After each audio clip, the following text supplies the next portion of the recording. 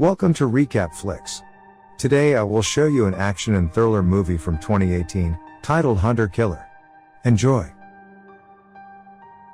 The Navy submarine, USS Tampa Bay, is shadowing the Russian Akula-class submarine, Konyak, in the Barents Sea near the Arctic Circle, when both vessels suddenly vanish. Rear Admiral John Fisk orders another submarine, the Virginia-class USS Arkansas, to investigate the disappearance of the vessels. The Arkansas submarine is under the command of newly promoted and unorthodox Commander Joe Glass. At the same time, a Navy SEAL team under the command of Lieutenant Bill Beeman is sent in to discreetly observe the Russian naval base in Polyarny, Murmansk Oblast, but their mission is swiftly complicated when Martinelli, the team's new designated marksman recruit, is rendered injured during the halo drop. When they arrive at the naval base, they witness Defense Minister, Admiral of the Fleet, Dmitry Durov, conducting a rebellion and taking Russian President, Nikolai Zakharin, as prisoner, and then swiftly realize that Durov intends to trigger a war. Their location is almost discovered by the Russians during a radio intercept check. The SEALs manage to hide away undetected. But Martinelli, the one who was injured after the jump, is further wounded by the gunfire from a Russian officer, who fired stray bullets into their hiding location, and Beeman is forced to leave him behind. Meanwhile, Arkansas submarine finds the sunken Tampa Bay, but there are no survivors. They also find the Konyak, and it appears that it was destroyed due to sabotage rather than an attack. Soon, another Russian sub, the Volkov, appears and attacks the Arkansas. Using unorthodox procedures, Captain Glass and the Arkansas destroy the Volkov.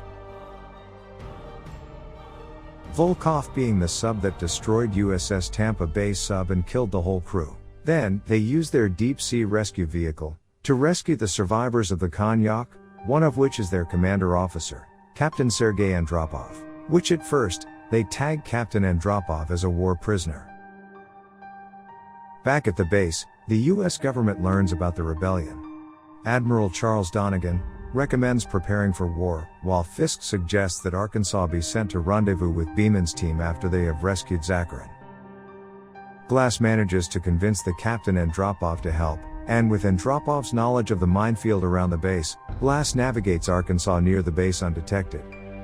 Andropov tells them that Terre is a secret passage that they don't know about.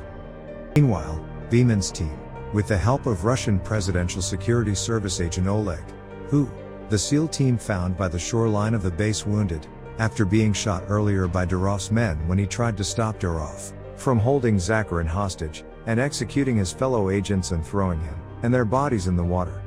They infiltrate the base and succeed in retrieving President Zakharin, but lose two teammates, Devin Hall and Matt Johnston.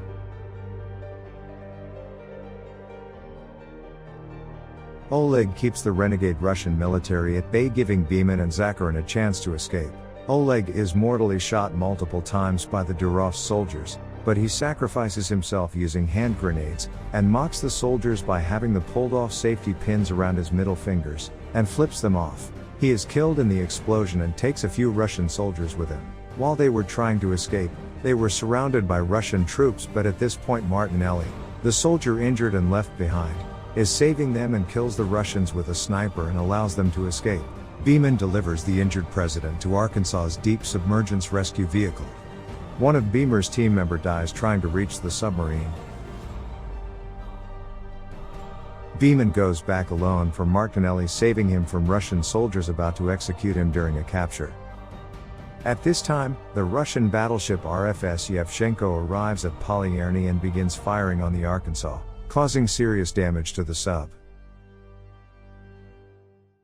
The sub is very damaged, they are taking water and they can't handle any more hits from Yevshenko. Thinking it's been sunk, Admiral Donegan is mad at Admiral Fisk for his plan, saying that the world will think the US kidnapped and killed the Russian president, and orders the US fleet to prepare to engage the enemy. But the Arkansas isn't sunk, and Captain Andropov, who once commanded the Yevshenko, radios the battleship and convinces their current commander that President Zakharin is on board the American sub, and the Yevshenko ceases firing. Upon seeing this, Admiral Duroff orders the missiles at the base to fire on the surfaced Arkansas. Captain Glass refuses to return fire, because doing so would start the war he is trying to prevent. In the last seconds, Andropov's old crewmates defy orders and destroy the incoming missiles with the close-in weapon system before they can strike Arkansas, and subsequently destroy Duroff's naval base headquarters with their missiles. With the war avoided, Arkansas then docks at Polyerny and lets off President Zakharin, Captain Andropov, and the Konyak survivors. As Glass and Andropov are sharing their newfound respect for each other, Beeman returns with Martinelli and they board the Arkansas. The movie ends with the Arkansas leaving the dock and returning to their home port.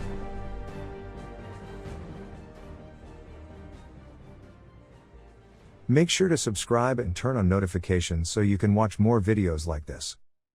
Thanks for watching.